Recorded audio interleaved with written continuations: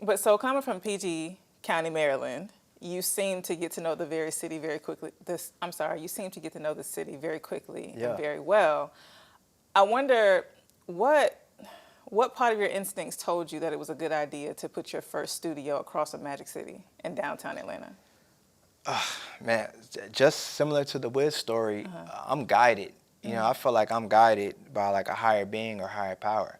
So what ended up actually happening by the grace of just God and higher being, I actually got my original Camp Kirk Studios without having to put an application in, without Wow. having to show proof of income, without Wow. having to be buttoned up and polished.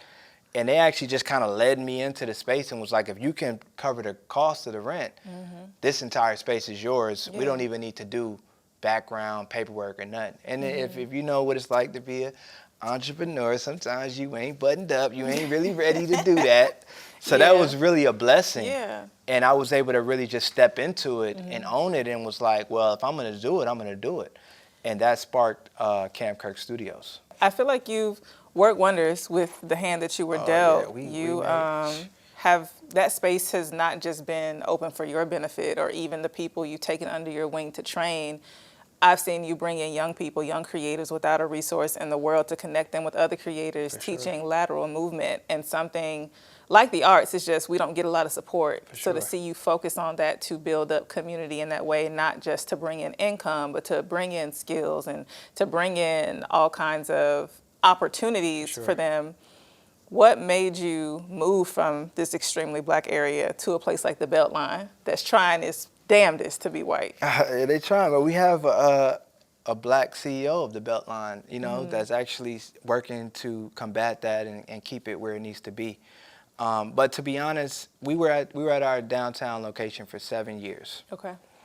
And we made history in that location. We're a creative space, so if you're not familiar, we're a photography studio. You can book us out for a photo shoot, video shoot, and we've had everybody you can think of shooting it. We did over 30,000 photo shoots in that space. Yeah.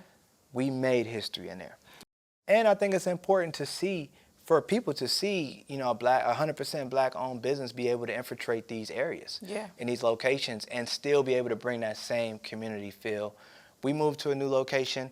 We didn't up prices. We actually lowered our prices. We actually made it even more inclusive for people. We didn't just take it and say, well, we here now, moving on up. We kind of had a different approach to that move. So it was just time. Quite frankly, it was time. Okay. So if you could give us like one sentence, what would you say you're bringing to the Beltline? We're bringing community, true community to the Beltline, black community. We're bringing creative community. And we're bringing back just, that Southern hospitality that I fell in love with Atlanta, where people speak to you, people care about your well-being, people actually, want to know what you have going on and are down to collaborate. Collaboration is one of the synonyms I think existed with Atlanta for so long, but made this city so special. We saw collaboration in music, we saw collaboration in entertainment, and we're bringing that spirit to the Beltline now. So we're welcoming, and we're down to collaborate, and we hope that a lot of collaborations come in our building. Thank you so much for coming in, Cam, and dropping gems. You're not just taking pictures, you are making history. Y'all, please support his work, his studios, and support the movement.